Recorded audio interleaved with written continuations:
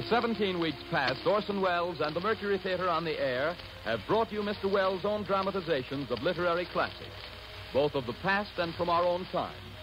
On all broadcasts but one, the presentation has been a single narrative. On one occasion, the Mercury players offered in dramatic form 3 of the world's great short stories. The success of that experiment led to nationwide requests for other brief narratives of contrasting emotional appeal. And so tonight, in their 18th broadcast, Orson Welles and the Mercury Theater on the Air bring to life 2 famous short stories, each dealing with a different fundamental human emotion. The authors are Joseph Conrad and Clarence Day. Tonight, Mr. Welles will not only appear in several parts, but will also speak for the 2 authors as narrator. And here, ladies and gentlemen, is the star and director of the Mercury Theater to tell you about the first presentation, Mr. Orson Welles. Good evening. There was a man called Karshanovsky, an agitator for Polish freedom in the 50s, who was exiled by the Tsar. On the journey, his child was taken ill, and when he begged an official to let him stop on his way to nurse it, the official said, "Not to bother. What's one baby's life among all these thousands?" said the official. "If it's dying, leave it behind." Luckily, this expedient was found unnecessary, and the happy ending of the story is that little Joseph Conrad Karshanovsky lived to drop his last name and to learn that careful, fortunate English which he practiced to the everlasting glory of our literature. Tonight we present you with a dramatization of one of the best regarded and most typical of the works of Joseph Conrad. The Heart of Darkness could be described as a deliberate masterpiece, or a downright incantation. A fine piece of prose work at the least.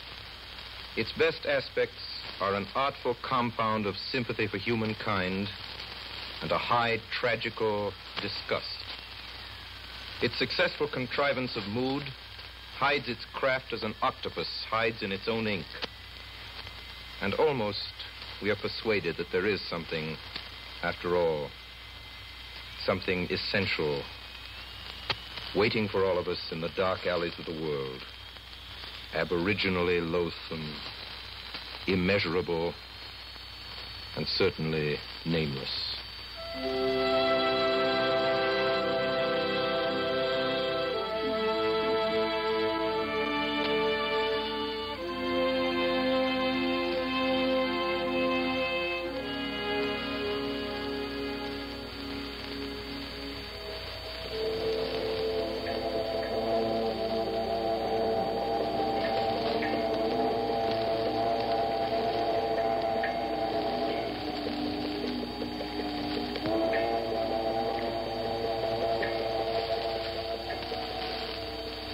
The yawl swung to her anchor without a flutter of the sails. It was at rest. The flood had made, the wind was nearly calm, and being bound down the river, the only thing to do was to come and wait for the turn of the tide. The sea reach of the Thames stretched before us like the beginning of an interminable waterway. In the offing, sea and sky were welded together without a joint. The air was dark above Gravesend, and farther back still it seemed condensed into a mournful doom, brooding motionless over the biggest and greatest town on earth. Then in the darkness, my friend Marlowe spoke. This also has been one of the dark places on the earth. His remark didn't seem at all surprising. Marlowe was a sailor. It was just like him. I was thinking of very old times when the Romans first came here. 1900 years ago. Some decent young citizen in a toga. Perhaps too much dice, you know. Coming out here to mend his fortunes. Land in a swamp, march through the woods, and in some inland coast feel the savagery, the utter savagery that closed around him.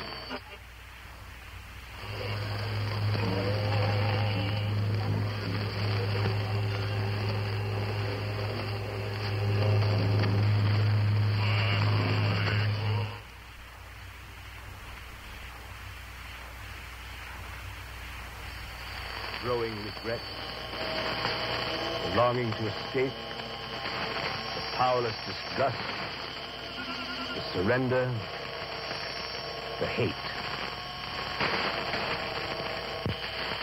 I don't know if I ever told you. I was in such a place once. There I met a man just like that. It was a long time ago.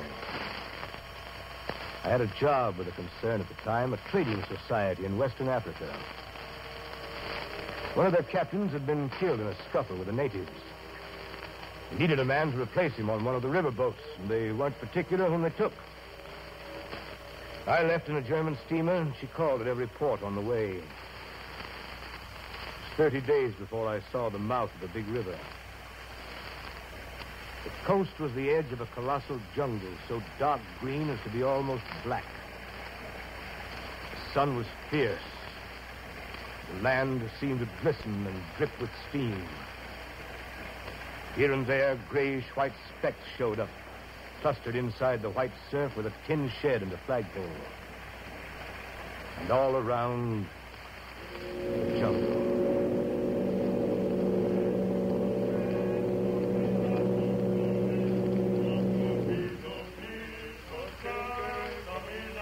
You know, it's funny, Mr. Barlow, where some people will live for a few francs a month. Well, it looks like a dreary country, Captain. No mistake. I wonder what becomes of those fellows when they go up country. I expect to see that soon. So? Don't be too sure. Last year, I took up a man who hanged himself on the road. He was a Swede. Hanged himself? Why? Who knows? Sun was too much for him, or the country, perhaps. There's your company station. I'll send your things up. $4, you said so. Very well. Good luck to you. Goodbye, Captain.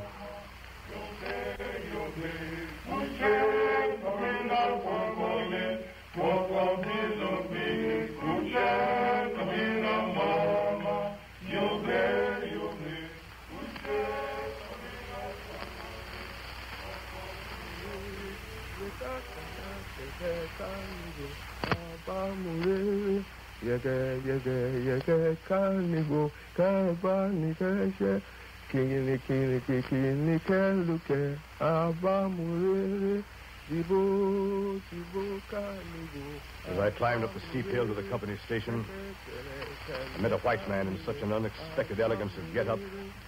In the first moment, I took him for a sort of vision.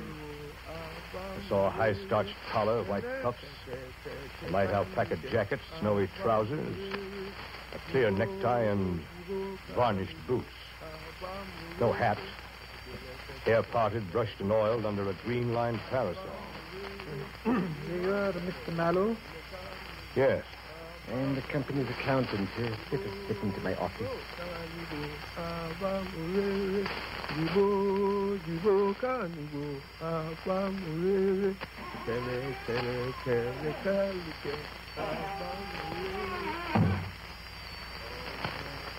What's that? You don't disturb yourself. An agent from up country, fever. Will you just leave him there? There is no place else to put him until as long as he's alive. It's a nuisance all around. His groans distract my attention. And it's difficult enough to guard against clerical errors in this country. Yes, I suppose so. So you're going to the Ivory Country, Mr. Mallow? Interesting. I've gathered that impression already. For my part, I like books better. Entries and all that. And by the way, you'll meet Mr. Kurtz up there, you know. Who is Mr. Kurtz? Mr. Kurtz is the agent at the farthest station inn. He sends down more ivory than all the others put together. That must make him a valuable man to the company. Indeed, he'll go far, very far. Over the heads of many of us that... Well, I won't go into detail. When you see Mr. Kurtz, please tell him that everything is very satisfactory. I'd write him, but you can't tell who might get hold of a letter at the central station. I forgot this sick man.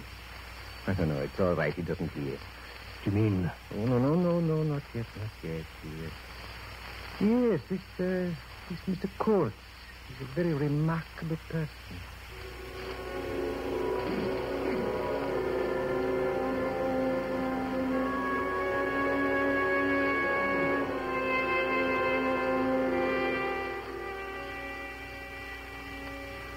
Next day, I started for the central station, 200 miles inland.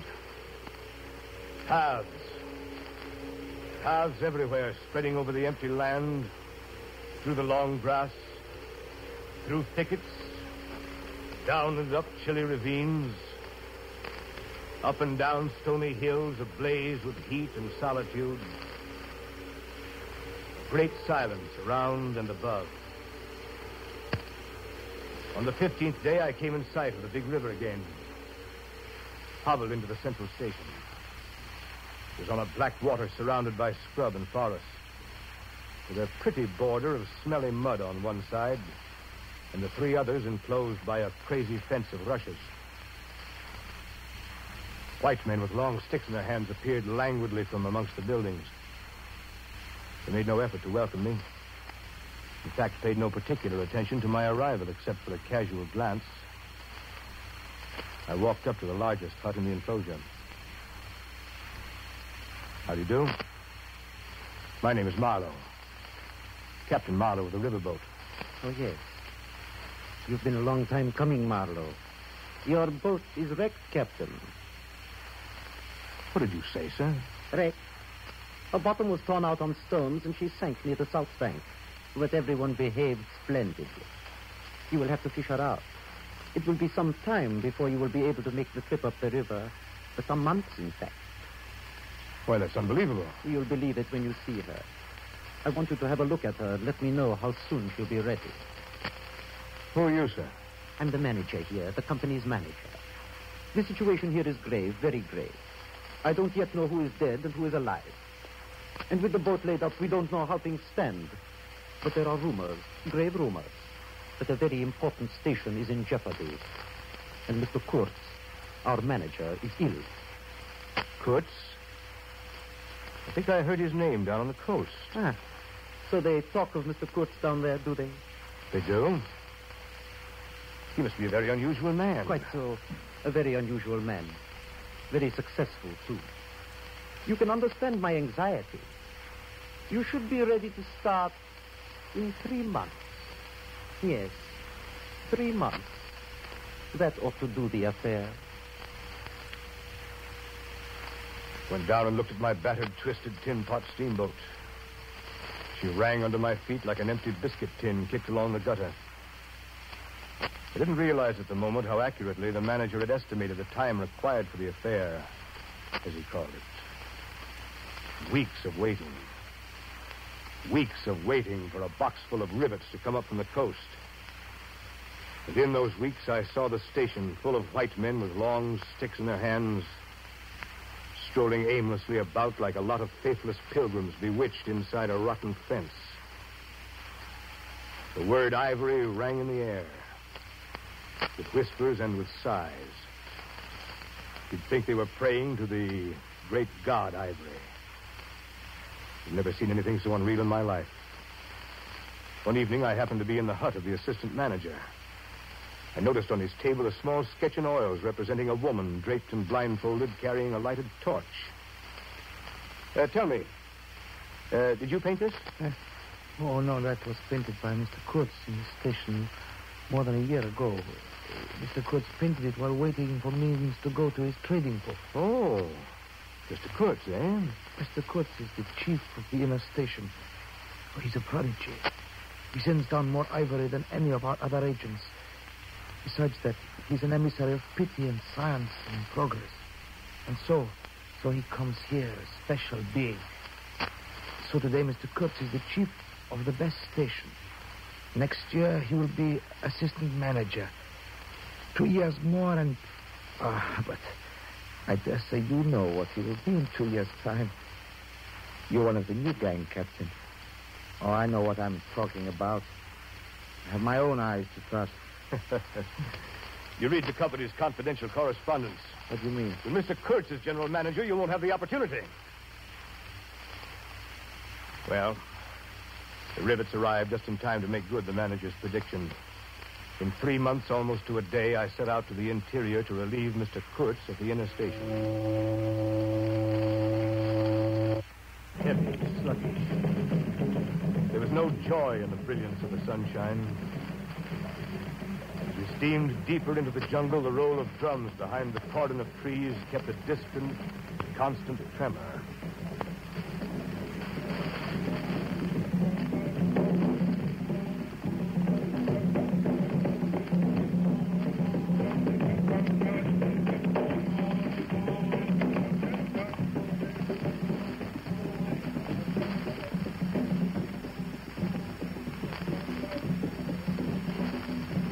I had to keep guessing at the channel, watching for something stone that would have ripped the life out of the tin pot steamboat and drowned us all. Still the drums beat on behind us, ahead of us, on all sides of us. The steamer toiled along slowly on the edge of a black and incomprehensible frenzy. The prehistoric man, cursing us, praying to us, welcoming us. Who could tell? Not far below the inner station, we came upon a hut of reeds, an inclined and melancholy pole with the unrecognizable tatters of what had been a flag of some sort flying from it. The manager and I, who went ashore, found a flat piece of board with some faded pencil writing on it. It read, "Hurry up to inner station. Approach cautiously." There was a signature, but it was illegible. Not put. What do you make of it, Captain? Someone trying to be mysterious. Approach cautiously. Approach what? We better push on the right side out. We're only 8 miles from Kurtz now, aren't we? 8 miles of dangerous river. Sun's getting low. After this warning, I prefer to approach the station by daylight. But Kurtz may need us. He may be in trouble. I hope not. It wouldn't sit well with the company if something happened to Mr. Kurtz before we reach. Is your only concern what the company thinks? Just what do you mean? How about Kurtz? Don't you want Kurtz to come back? Why, Captain Marlowe, what an extraordinary notion. Of course, we want Mr. Kurtz to come back. Such a remarkable man.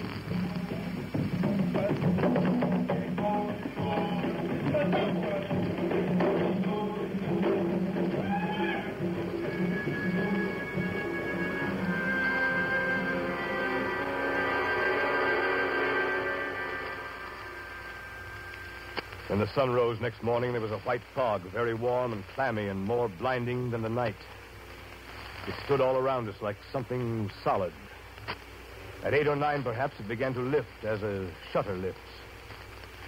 We had a glimpse of the growing multitude of trees, of the immense matted jungle with the blazing little ball of the sun hanging over it. At last, the opaque water, still and treacherous, was dimly visible from the wheelhouse where I stood beside my pilot. The company men, their alpaca suits whiter than the fog, stood on the deck below me.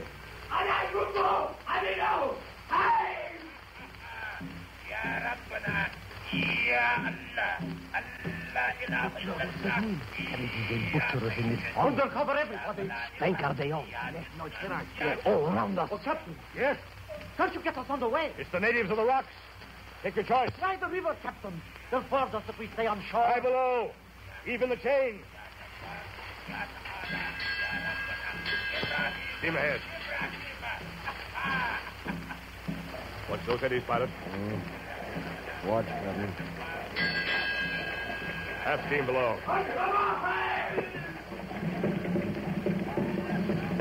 Look out there! Arrows! Arrows! Close the shutters on your side, pilot. Smoke. Can't hear her. Keep it straight, pilot. Stay below. Stop firing. Oh, wait.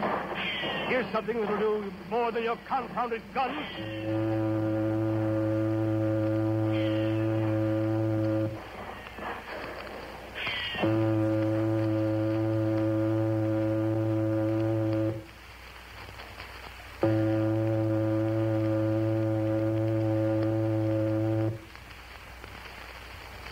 How are you up there, Captain? All right. Well, thanks to your target practice. Well, we beat them off. You beat them off. The steam whistle beat them off. The gun smoke nearly wrecked us. Captain Marlowe, you behaved admirably. Everyone behaved admirably. A credit to the company. Well, I'm afraid they got one of the crew. Yes, here he is on the deck. Poor devil. He's got an arrow sticking through his chest. Give me a hand with this arrow. Steady there. It's got a steel tip. Strange. There's no steel in the Belgian Congo. I wonder if by any chance Mr. Kurtz.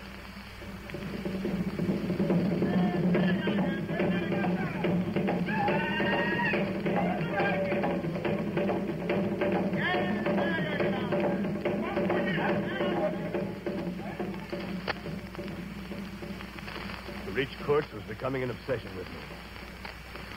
The current was more rapid now. The steamer seemed at her last gasp. The stern wheel flopped languidly. And I caught myself listening always for the next beat of the engine. I expected the wretched thing to give up every moment. It was like watching the last flickers of a light.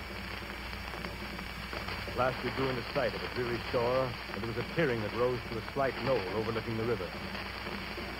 The inner station was a long, tumble-down building perched on a hill, half buried in the high grass, with the thick, meshed jungle hanging over its rotted roof.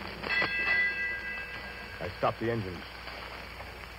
The boat drifted slowly to the slimy bank. We let out the anchor chain to the stump of a tree. As soon as the gangplank was lowered, the company's manager and his 3 satellites set out with their brisk efficiency toward the silent house of Kurtz. After a moment, I became aware of a strange, ragged figure on the wharf. Hello down there. Captain. Come up here to the pilot house. Captain, I'm glad you've come. Did we come in time? How is Mr. Kurtz? Mr. Kurtz, sir. Still Mr. Kurtz. We were just attacked by natives on the river. Oh, yes. They are simple people. They meant no harm. It was one of Mr. Kurtz's little jokes. Now, allow me to introduce myself. Sekasov, Russian. Son of an archpriest, government of Tembo. A great pleasure to talk with a white man, Captain. Don't you talk with Mr. Kurtz? Well, you don't talk with that man. You listen to him. Mr. Kurtz, Captain, has enlarged my mind. We've talked of everything. Everything. He made me see things. And ever since, you've been with him, of course. On the contrary. Very often I had to wait for days before he would turn up. It was worth waiting for, though. Sometimes. What was he doing? Exploring, or what? Oh, yes, of course. He's discovered many villages of late, too. And so exactly in what direction. Dangerous to inquire too much. Most of these expeditions were for ivory. He had no goods to trade with by that time, did he? There's a lot of good cartridges left even yet. You mean he raided the country? Not alone. Kurtz got the tribes to follow him, did he? Oh, they adore him. They think him a god. They worship him with ivory. What can you expect? He came to them with thunder and lightning, you know. They've never seen guns before. He could be very terrible. You can't judge Mr. Kurtz as you would ordinary man. Now, just to give you an idea, I don't mind telling you he wanted to shoot me, too, one day. But I don't judge him. Shoot you? What for? Well, I had a small lot of ivory, and he wanted it, and wouldn't hear reason. He said he'd shoot me unless I gave him the ivory and paid out. I gave him the ivory. Of course, I did. But I didn't clear out. I couldn't leave him. I offered to go back with him, and he would say yes, and then he would disappear on another ivory hunt. Forget himself among these people. Forget himself. You know. Why? The man's mad. We don't say such things here. I followed the frightened glance of the Russian to the house above the shore. I saw that the round knobs that stood on stakes by Kurtz's door were not ornamental, but were symbolic. Food for thought, and also for vultures. They would have been even more impressive, those heads on the stakes, if their faces had not been turned to the house.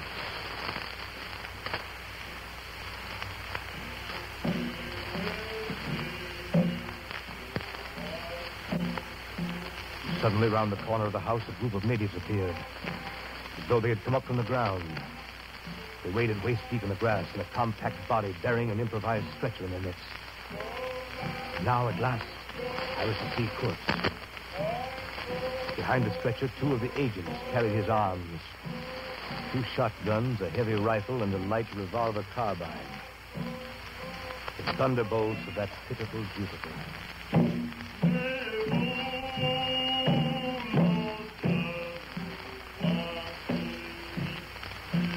By now I knew what I watched was not merely the departure of Mr. Kurtz from the inner station, but the last jungle rites of one who had become its supreme being. The dark warm of the wilderness breathed out an immense horde of naked men. A black circle that writhed and stamped around the small white center of frightened Europeans. In the rear of this strange procession came a moving chain of black bodies, carrying on their shoulders the gleaming white ivory. The stretcher was carried up the gangplank.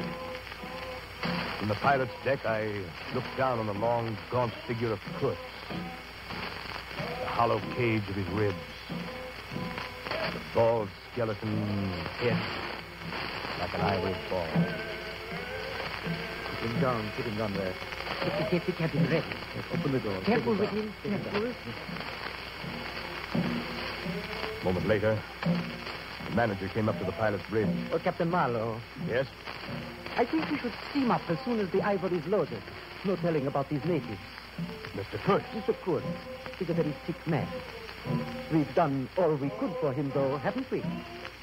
But there's no disguising the fact that Mr. Kurtz has been more harm than good to the company. There's a remarkable quantity of ivory, but his methods have been unsound. You call it unsound methods? Without doubt, don't you? No methods at all. But he got the ivory. I considered Mr. Kurtz a remarkable man. He was. A most remarkable man.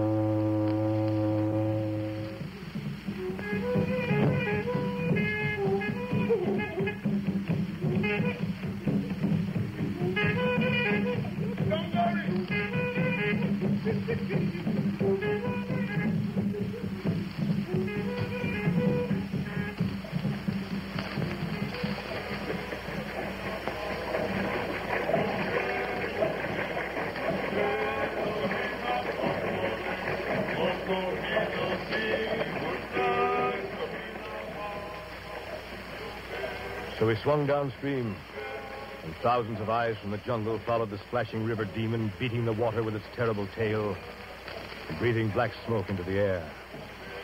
Through the dense forest, the brown current ran swiftly out of the heart of darkness, bearing us down towards the sea with twice the speed of our progress upstream. And Kurtz's life was running swiftly, too, ebbing out of his heart into the sea of inexorable time. Evenings, when the boat was anchored and I was free from the wheel, I went down to Kurtz's cabin. On the third night, I found him weakening fast.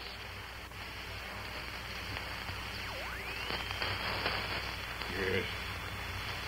How are you tonight, Mr. Kurtz? Well enough to be back at my station. That place is mine. You've no right to take me away. That manager, that stupid scoundrel, he wants my ivory. He's blocked me at every turn. Don't excite yourself, Mr. Kurtz. You're sick, you know. Sick? Sick? Not so sick as you'd like to believe. Never mind. I'll carry out my ideas yet. I will return. I'll show you what can be done here. You with your little peddling notions. You're interfering with me. I will return. I have more to do than die here in this stinking jungle. You're not going to die, Mr. Kurtz. Of course I'm not going to die. I have too much to accomplish. Close the shutter, will you? That light. Did you close the shutter, Mr. Marlowe? The shutter is closed, sir. Tighter, tighter. I can't stand the light. I tell you. You must show them you have in you something that is really profitable. The methods you use aren't important. I was driven. No matter. You must take care of the motives, Mr. Morrow. Right motives, always. That's the thing. Very true, sir. It was the manager, that noxious fool, who drove me to it. He pried into my boxes when I was not looking. He destroyed me with the company. But I was the company. I was the company. I sent them more ivory. More ivory. That's what they wanted. Ivory. You must be quiet, sir. Ivory. That light, shut up. That light. There is no light, sir. It's the ivory. The ivory. Horror. Horror.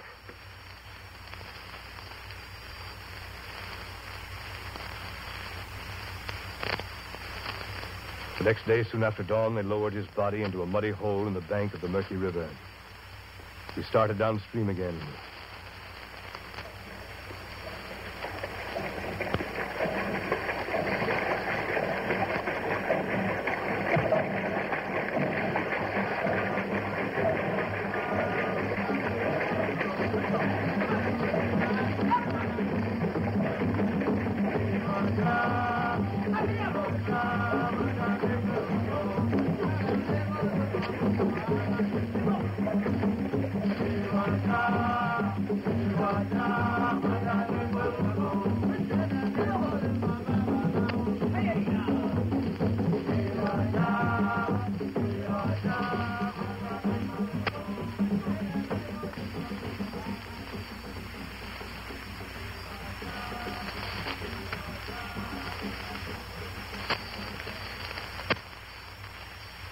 Among his belongings was a packet of letters and the photograph of a girl. 6 months later, those letters and the picture took me to a house in Antwerp. I stood before the mahogany door on the first floor. Dear Mr. Marlowe, please come in. I have certain letters for you. Yes. You were his friend. He must have been if he gave you these and sent you to me. Yes. I was his friend. Who was not his friend who had heard him speak once? Who drew men towards him by what was best in them? It was the gift of the great. But you have heard him. You know. Yes. I know. And all of this, all of his promise, and of all his greatness, of his generous mind, of his noble heart, nothing remains. Nothing but a memory. You and I. We shall always remember him. And his example. Men looked up to him. His goodness shone in every act. I believe in him more than anything on earth. Forgive me. I've mourned so long in silence. In silence. You were with him to the last.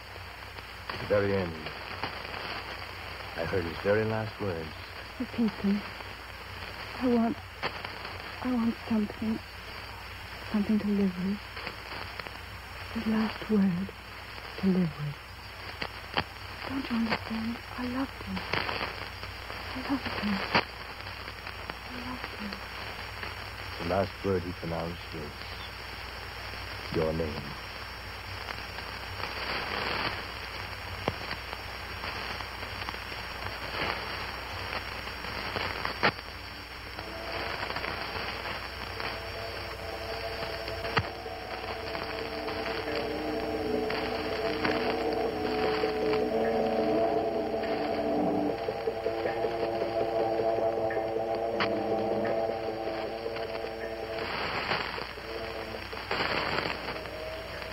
My friend Marlowe ceased. The story was over. Nobody moved for a time.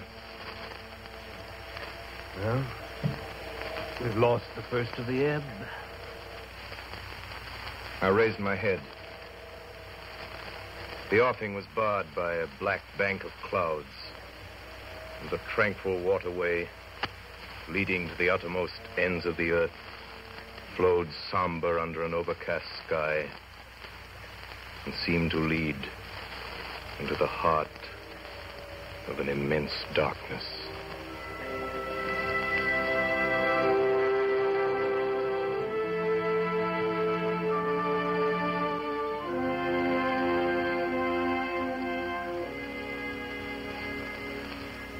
Orson Welles and the Mercury Theater on the Air have just brought you an original dramatization of The Heart of Darkness by Joseph Conrad, with Orson Welles as the author and as Kurtz.